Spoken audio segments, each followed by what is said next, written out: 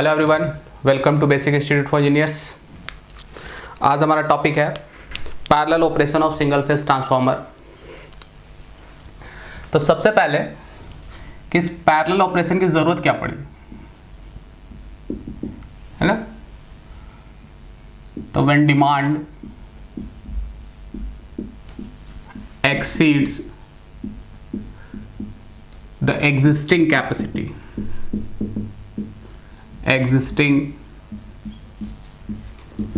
Capacity, जब demand आपका existing capacity से ज़्यादा हो तब हम पैरेलल ऑपरेशन का यूज़ करते हैं। कैसे होता है देखो, जैसे सपोज दैट आपका जो डिमांड है,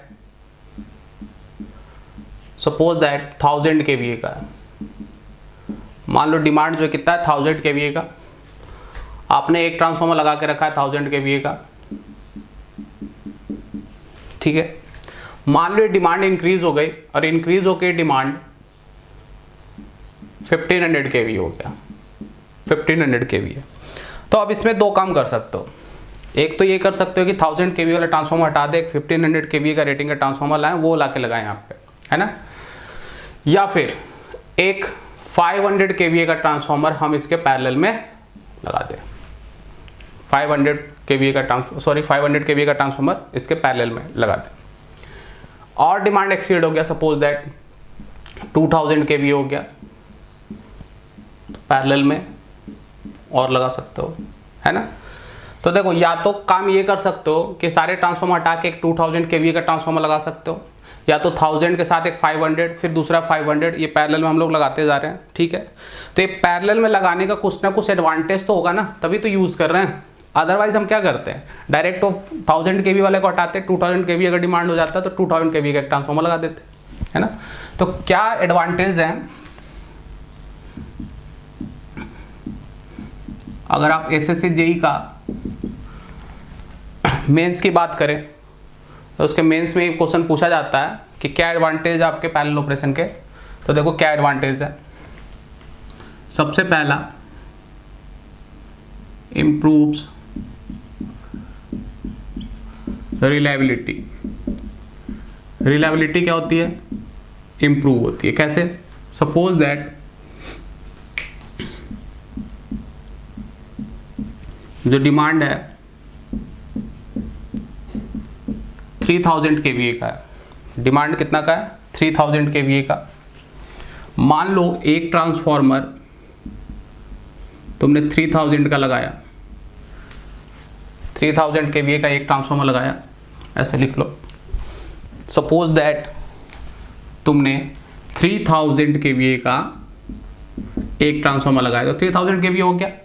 बट अगर ये एक ट्रांसफार्मर खराब हो गया, कुछ फॉल्ट हो गया, तो आपका कंप्लीट पावर कट ऑफ हो जाएगा। कंप्लीट जो 3000 kVA कंप्लीट पूरा का पूरा पावर क्या हो जाएगा, कट ऑफ हो जाएगा, है ना। तो पूरा का पूरा पावर कट ऑफ हो जाएगा। मतलब अगर इसकी रिलायबिलिटी की बात करें, अगर इसकी रिलायबिलिटी की बात करें तो रिलायबिलिटी कितनी है, 0%। रिलायबिलिटी कितनी है, 0%। दूसरा, अगर हम ऐसे करें 1500 kVA का दो ट्रांसफार्मर अगर लगाएं, 1500 kVA का दो ट्रांसफार्मर लगाएं, तो 1500 kVA का दो ट्रांसफार्मर लगाओगे तो टोटल कितना हो जाएगा, 3000 kVA। अगर यहाँ पे एक ट्रांसफार्मर सपोज दैट डैमेज हो जाता है, फॉल्ट हो जाता है कुछ, है ना, तब भी एक 1500 kVA का तो रहेगा, 1500 kVA से तो पावर जाता रहेगा। मतलब कितना परसेंट रिलायबल है, 50%। 50% पावर तो फिर से जाता रहेगा। अगर मैं बोलूँ 5 ट्रांसफार्मर 600 kVA का लगा ले, 5 ट्रांसफार्मर 600 का, 605 कितना हो जाएगा, टोटल डिमांड अभी भी कितना 3000 kVA, ठीक है। तो जब 5 ट्रांसफार्मर लगाओगे, अगर इसमें एक ट्रांसफार्मर खराब हो गया तब भी 2400 kVA पावर अवेलेबल तो होगा ना। तो अगर इसकी रिलायबिलिटी देखें तो 5 ट्रांसफार्मर है, सब 20%। तो अगर एक हट गया तब भी कितना रिलायबल है, 80% रिलायबिलिटी है इसकी, है ना। तो यहाँ रिलायबिलिटी हम देख रहे हैं, रिलायबिलिटी क्या हो रही है, इंप्रूव हो रही है, बढ़ते जा रही है ना। लेकिन ऐसा नहीं है कि आप 50-100 ट्रांसफार्मर इकट्ठे आप पैरेलल में ऑपरेट करा रहे हो, उसका कोई अलग से एडवांटेज नहीं मिलेगा, क्योंकि आप यहाँ पे 5 ट्रांसफार्मर तक देख रहे हो हमने सिर्फ 5 ट्रांसफॉर्मर पैरेलल में लगाए हैं, आपकी रिलायबिलिटी इंक्रीज होकर कितनी होगी 80%। 80%, तो 6, 7, 8, 10 मैक्सिमम, है ना। ऐसा नहीं कि 100, 200, 500, है ना, कोई ज़्यादा एडवांटेज मिलेगा नहीं उसका। दूसरी अगर बात करें इसका, तो transformers can be switched off when demand reduces. इसका मतलब क्या है सर? तो देखो, अगर मैं 3000 kVA का एक ट्रांसफॉर्मर यूज करता, टोटल डिमांड कितना फिट कर रहा होता 3000 kVA। अगर इसमें सपोज दैट डिमांड रिड्यूस हो गया, भाई डिमांड तो फ्लक्चुएटिंग है, डिमांड ऊपर नीचे होते रहता है, तो मान लो डिमांड रिड्यूस हो गया, सपोज दैट 2000 kVA का डिमांड हो गया। सपोज दैट अगर मैं बात करूं तो ये डिमांड रिड्यूस होकर कितना हो गया 2000 kVA। ये जो डिमांड ये रिड्यूस होके सपोज दैट 2000 kVA हो गया। तो अगर ये डिमांड रिड्यूस होके 2000 kVA हो गया, तो यहाँ पे ये ट्रांसफॉर्मर ऑफ कर सकते हो क्या? नहीं। अगर यहाँ ट्रांसफॉर्मर बंद करोगे तो कंप्लीट 3000 kVA बंद। बट अगर तुम 5 ट्रांसफॉर्मर यूज कर रहे हो, 5 ट्रांसफॉर्मर यूज कर रहे हो, 600 kVA का एक एक ट्रांसफॉर्मर, तो अगर डिमांड रिड्यूस हो गया, सपोज दैट तुम्हारा 2400 हो गया या फिर 2000 kVA हो गया, तो यहाँ पे एक ट्रांसफॉर्मर तुम हटा सकते हो, बंद कर सकते हो, उसको मेंटेनेंस के लिए ले सकते हो, है ना। तो ये यहाँ पे एक एडवांटेज है कि अगर आप 5 ट्रांसफॉर्मर यूज करो, एक से ज़्यादा ट्रांसफॉर्मर यूज कर रहे हो, अगर डिमांड रिड्यूस हुआ तो एक आध ट्रांसफॉर्मर को बंद करके मेंटेनेंस के लिए ले सकते हो। तो ये आपका दूसरा एडवांटेज हो गया। तीसरा एडवांटेज,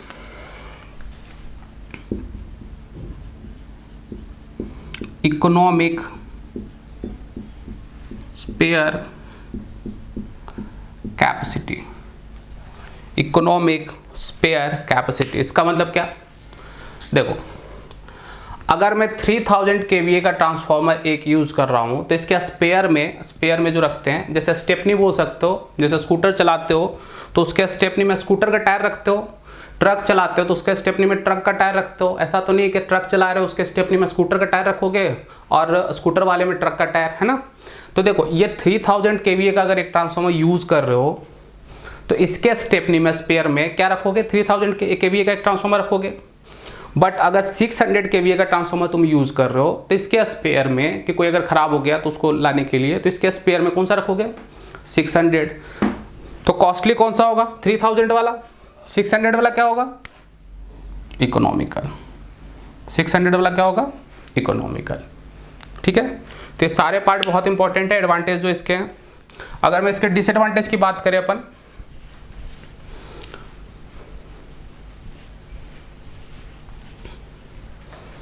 अगर इसके डिसएडवांटेज की बात करें,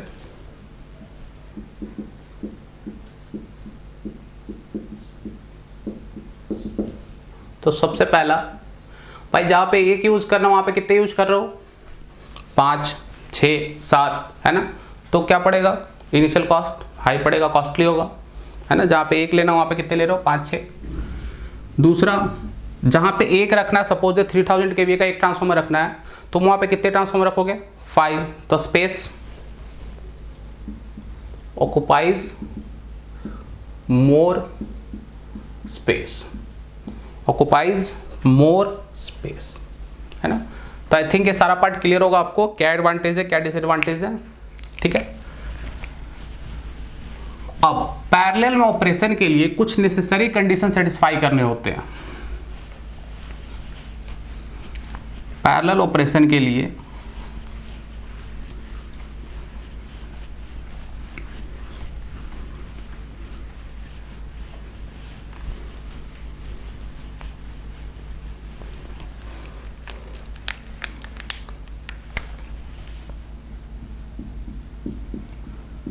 necessary conditions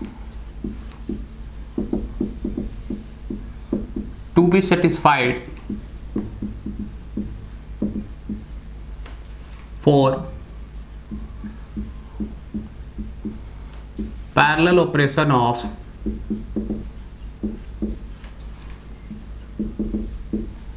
single phase transformer।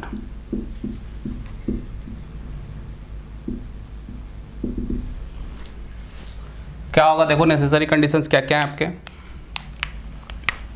पहला अगर बात करें तो द ट्रांसफॉर्मर्स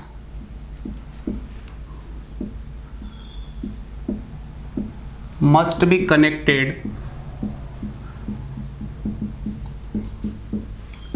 properly, मतलब एक्चुअल में बोल कर रहे पोलरिटी उसकी क्या होनी चाहिए,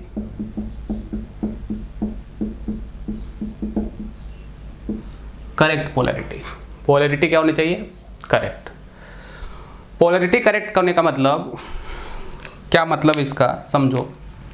देखो अगर दो सोर्स को मैं पैरेलल में से कनेक्ट करूं, सपोज दैट डीसी सोर्स ही मानते हैं अभी, है ना। एसी सोर्स में फेज भी इक्वल होना चाहिए, बट डीसी सोर्स का देखो ऐसे मान लो, सपोज दैट ये 10 वोल्ट है, कुछ इंटरनल कुछ ना कुछ होगा, उसका रेजिस्टेंस, इंटरनल रेजिस्टेंस वो है, मान लो इसकी वैल्यू सपोज दैट 0.01 ओम है, ये भी 10 ओम है।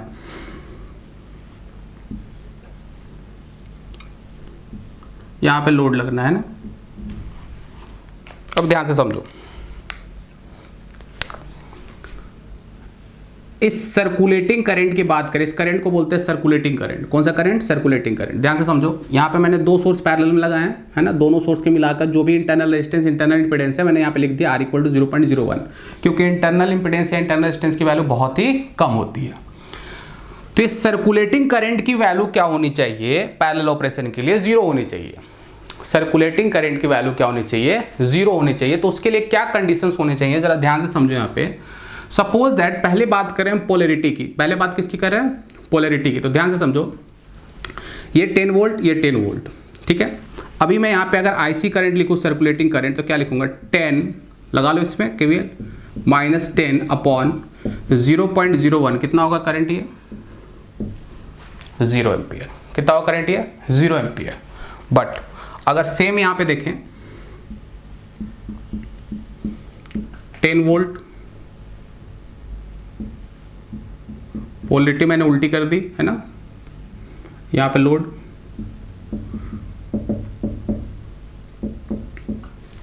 अब देखो जरा यहाँ पे, अगर मैं यहाँ पे सर्कुलेटिंग करंट की वैल्यू लिखूँ, तो अब क्या लिखोगे, 10 + 10 लगा सकते हो KVL, है ना, 0.01। तो ये वैल्यू कितनी हो जाएगी, 20 अपॉन 0.01, मतलब कितना हो जाएगा, 2000 एम्पियर। 2000 एम्पियर। तो इतना हाई अमाउंट ऑफ करंट, जो भी करंट है ये सर्कुलेटिंग करंट, इतना हाई अमाउंट ऑफ करंट ये क्या कर सकता है, सर्कुलेटिंग करंट ट्रांसफॉर्मर को, इक्विपमेंट को क्या कर सकता है, डैमेज कर सकता है। This high amount of circulating current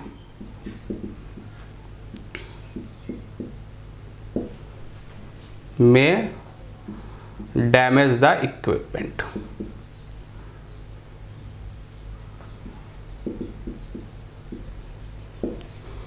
I think यहां तक बातें क्लियर होगी, है ना।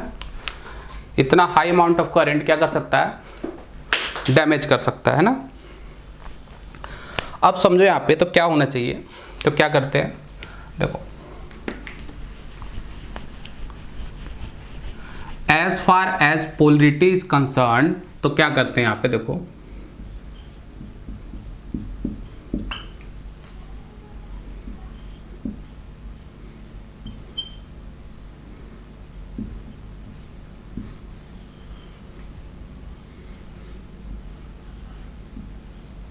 ये स्विच है, ठीक है। यहां पे हमने वोल्ट मीटर लगा दिया। भाई वोल्ट मीटर कहीं भी लगा दिए तो सर्किट ओपन है। वोल्ट मीटर कहीं भी तुम लगाते हो उसका मतलब सर्किट ओपन है। कारण क्या है, क्योंकि वोल्ट मीटर की इंटरनल रेजिस्टेंस, अगर आइडियल वोल्ट मीटर की बात करें तो इंटरनल रेजिस्टेंस कितना, इनफाइनाइट। लेकिन अगर प्रैक्टिकल वोल्ट मीटर की बात करें तब भी उसकी इंटरनल रेजिस्टेंस क्या होती है, बहुत ही हाई होती है। तो यहाँ पे वोल्ट मीटर लगाने का मतलब तुम्हारा ये सर्किट क्या है, ओपन।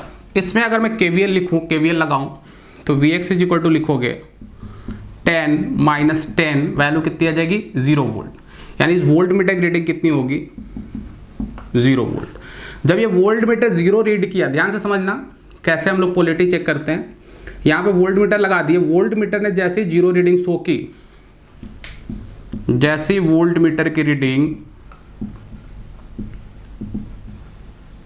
0 हुआ, वोल्ट मीटर की रीडिंग कितनी है यहाँ पे 0, इसका मतलब जो पोलरिटी है वो कैसा है, पोलरिटी कैसा है, करेक्ट पोलरिटी है, पोलरिटी कैसा है, करेक्ट।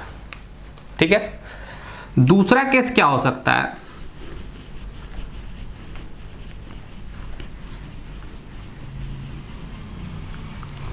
दूसरा केस क्या हो सकता है, देखो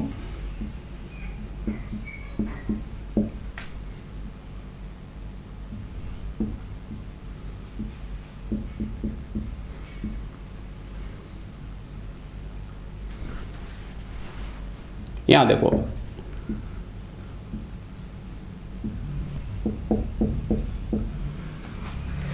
यहां पे वोल्ट मीटर लगाए हो तो यहां पे जो वोल्ट मीटर की रीडिंग आएगी, यहाँ पे जो वोल्ट मीटर Vx की वैल्यू लिखोगे, लगा सकते हो केवीएल 10 प्लस 10, ये वैल्यू कितनी हो जाएगी 20 वोल्ट, ये वैल्यू कितनी हो जाएगी 20 वोल्ट। मतलब जो वोल्ट मीटर है यहाँ पे जो रीडिंग है क्या है, एक्चुअल में माइनस हो रहा है, यहाँ पे क्या है समेसन आ रहा है ना। ये जो पोलरिटी है ये कैसा होगा, रोंग पोलरिटी, रोंग पोलरिटी। मतलब अगर वोल्ट मीटर ने समेसन रीड किया, समेसन रीड करने का मतलब पोलरिटी आपका गलत है, किसी भी एक ट्रांसफॉर्मर की पोलरिटी रिवर्स कर दो, पोलरिटी क्या कर दो, रिवर्स कर दो। तो ये पोलरिटी गलत है, इसमें बहुत हाई सर्कुलेटिंग करंट फ्लो होगा और इतना हाई सर्कुलेटिंग करंट किसी भी इक्विपमेंट को क्या कर सकता है, डैमेज कर सकता है। ये पोलरिटी क्या है आपकी, करेक्ट पोलरिटी। बातें यहाँ तक क्लियर होगी। ठीक है। अगर ये ट्रांसफॉर्मर में दिखाऊं, देखो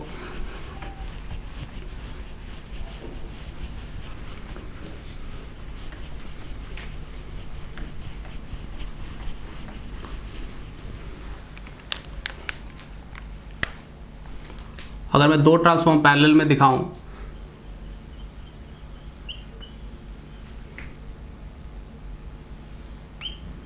देखो पैरेलल में कनेक्शन है,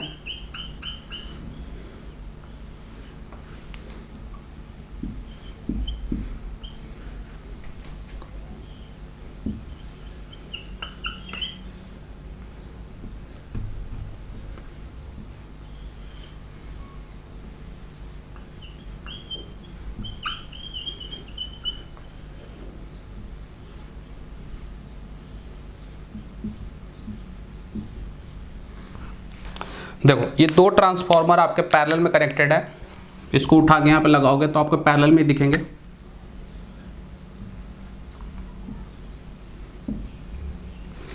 सपोज दैट यहाँ पे वोल्टेज रेटिंग 200 वोल्ट, मान लेते हैं 200:400 का है ये, है ना।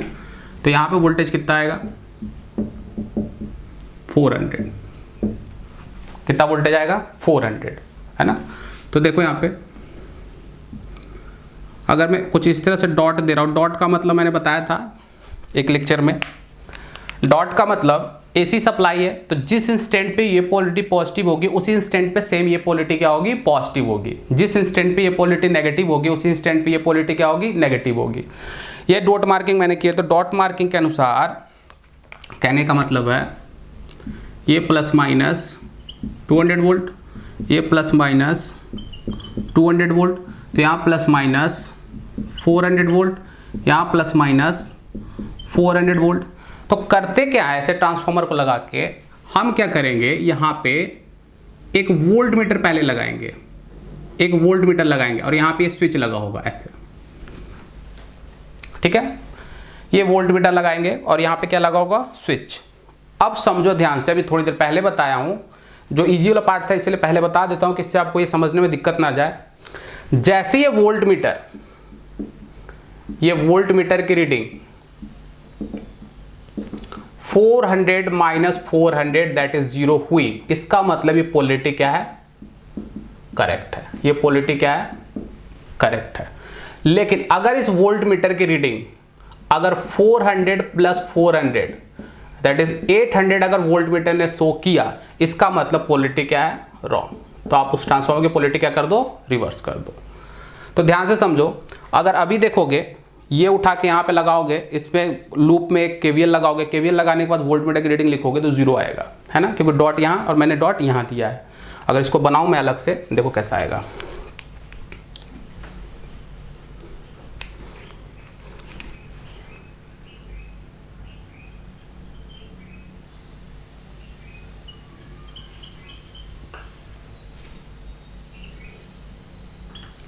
देखो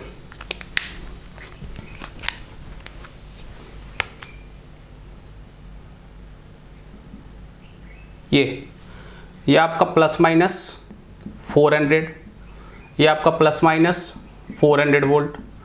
अगर यहाँ पे आप एक वोल्टमीटर लगाओगे, इस वोल्टमीटर की रीडिंग लिखोगे तो वोल्टमीटर की रीडिंग कितनी आएगी? 0। वोल्टमीटर की रीडिंग कितनी आएगी? 0। जैसी वोल्टमीटर की रीडिंग 0 आने का मतलब ये पोलैरिटी क्या है आपका? करेक्ट है। पोलैरिटी क्या है? करेक्ट है। Similarly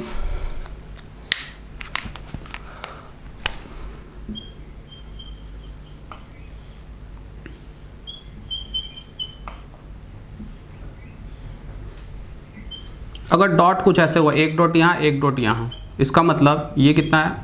plus minus 400 volt. ये क्या है? Plus minus 400 volt. अब यहाँ पे जब वोल्टमीटर की रीडिंग लगाओगे, निकालोगे, वोल्टमीटर लगा के जब रीडिंग निकालोगे यहाँ पे, तो यहाँ पे 0 नहीं आएगा, यहाँ पे समेशन रीड करेगा, तो ये पोलैरिटी क्या है? गलत है। ये पोलैरिटी क्या है? गलत है। तो एक्चुअल में हमें चाहिए क्या? जो सर्कुलेटिंग करंट है उसकी वैल्यू क्या होनी चाहिए? 0। जो सर्कुलेटिंग करंट है उसकी वैल्यू क्या होनी चाहिए? 0। अदरवाइज आपने पोलैरिटी गलत कनेक्ट किया तो उतना हाई सर्कुलेटिंग करंट ट्रांसफार्मर को क्या कर सकता है? डैमेज कर सकता है। तो ये सबसे मोस्ट इसेंशियल कंडीशन है, मोस्ट इसेंशियल कंडीशन। एक बात ध्यान से समझो, यहां पे मैं इस कंडीशन जो लिखा हूं मैंने, 4 कंडीशन यहां मेंशन करूंगा। 4 कंडीशंस में से जब आपका क्वेश्चन आया से कि which is the most essential condition for the parallel operation of the transformer, तो बेटा मोस्ट इसेंशियल कंडीशन आपका यही है, पोलैरिटी। अगर ये गलत कनेक्ट हो गया तो वर्किंग पॉसिबल नहीं है, ट्रांसफार्मर आपका क्या हो जाएगा? डैमेज हो जाएगा। दूसरा ये भी देख रहे होगे कि sir voltage rating voltage ratio भी तो इक्वल हो। अदरवाइज अगर वोल्टेज रेशियो इक्वल ना हो, सपोज दैट ये 400 है, ये 400 है ना, तो ये कितना रीड कर रहा है? 0। अगर यहाँ पे थोड़ा सा माइनर सा डिफरेंस है तब भी तो सर्कुलेटिंग करंट आएगा। तो ध्यान से समझो,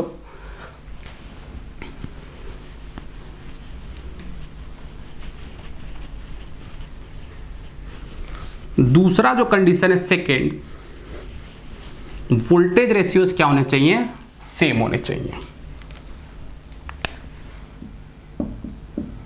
The transformers must have same voltage ratios and voltage rating बोल लो, बात तो वही है, voltage rating। यहां पे नोट करके जरूर मेंशन कर लेना, है ना। Slide difference in voltage ratio is permitted if unavoidable। अगर उसको अवॉइड नहीं कर सकते तो हल्का फुल्का अगर डिफरेंस है तो परमिटेड है ना। कहने का मतलब देखो, अगर तुमने पोलैरिटी गलत कनेक्ट कर दी, ध्यान से समझना बेटा इसको थोड़ा सा। देखो, अगर मैं पहला वाला एग्जांपल ले लूं, मान लो 10 वोल्ट है और ये 10 वोल्ट है, ठीक है। यहां पे वोल्ट मीटर लगाएंगे तो उसकी रीडिंग कितनी होगी? 0 होगी। तो 0 होने के लिए मतलब इस सर्कुलेटिंग करंट की वैल्यू, ये जो सर्कुलेटिंग करंट है इसकी वैल्यू एक्चुअल में 0 होने के लिए क्या होना चाहिए? एक तो पोलैरिटी सेम होनी चाहिए, जो मैंने पोलैरिटी सेम की है, ठीक है। दूसरा वोल्टेज रेटिंग या वोल्टेज रेशियोज भी तो सेम होने चाहिए, तभी तो सर्कुलेटिंग करंट 0 होगा। दूसरा क्या है? वोल्टेज रेशियोज क्या होने चाहिए? 0। बट एग्जैक्टली सेम तो नहीं हो पाते, कुछ हल्का फुल्का डिफरेंस होता ही होता है। और हल्के फुल्के डिफरेंस के कारण जो करंट की, जो सर्कुलेटिंग करंट की अमाउंट है वो बहुत ही हाई नहीं होती। कैसे? अगर मैं यहाँ पे पोलैरिटी रिवर्स कर दूं, ये कर दिया मैंने। तो यहाँ जो पोटेंशियल डिफरेंस टोटल बन गया, कितना बन गया आपका 20 वोल्ट। एक नॉर्मल सा एग्जांपल बता रहा हूँ, अगर मान लो मैंने पोलरिटी गलत कनेक्ट कर दी, तो पोलरिटी गलत कनेक्ट कर दोगे तो जो पोटेंशियल डिफरेंस है टोटल कितना आ जाएगा यहाँ पे 20 वोल्ट। कितना आ जाएगा 20 वोल्ट। बट अगर यहाँ पे वोल्टेज रेशियो जो वोल्टेज रेटिंग है इसमें हल्का सा माइनर सा डिफरेंस है जिसको अवॉइड नहीं कर सकते हो। सपोज दैट ये 9.99 वोल्ट है और ये सपोज दैट 9.8 वोल्ट है कुछ, तो यहाँ पे अगर देखोगे तो क्या लिखोगे 9.9 माइनस 9.8। ये क्या पोटेंशियल डिफरेंस बहुत हाई है क्या? ये क्या पोटेंशियल डिफरेंस बहुत हाई है क्या? नहीं। बट सर्कुलेटिंग करंट तो फ्लो होगा ना सर? हाँ फ्लो होगा। तो मैंने क्या लिखा, परमिटेड इफ अनअवॉइडेबल। इसको अवॉइड किया जा सकता है क्या? नहीं, ये अवॉइड नहीं किया जा सकता। हल्का फुल्का डिफरेंस आता ही आता है जिसके कारण सर्कुलेटिंग करंट फ्लो होता ही होता। प्रैक्टिकल ट्रांसफार्मर में देखोगे तो सर्कुलेटिंग करंट फ्लो होगा ही होगा।